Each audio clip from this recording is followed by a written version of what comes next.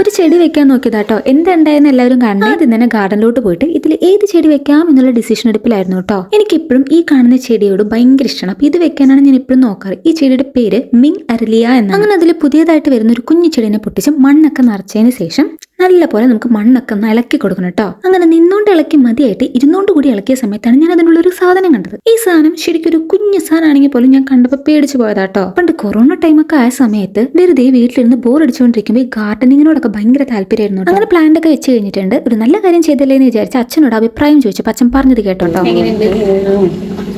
ഈ ചെടി നല്ല നല്ല ചെടികൾ ഒന്നാമത് നടുക്കല്ല വെച്ചിരിക്കുന്നത്, വളഞ്ഞു നിൽക്കുന്നു. കറക്റ്റ് സെന്ററിൽ വെക്കും. സെന്ററിലാണ് വെച്ചത്, പക്ഷെ അതങ്ങോട്ട് ആവുന്നു.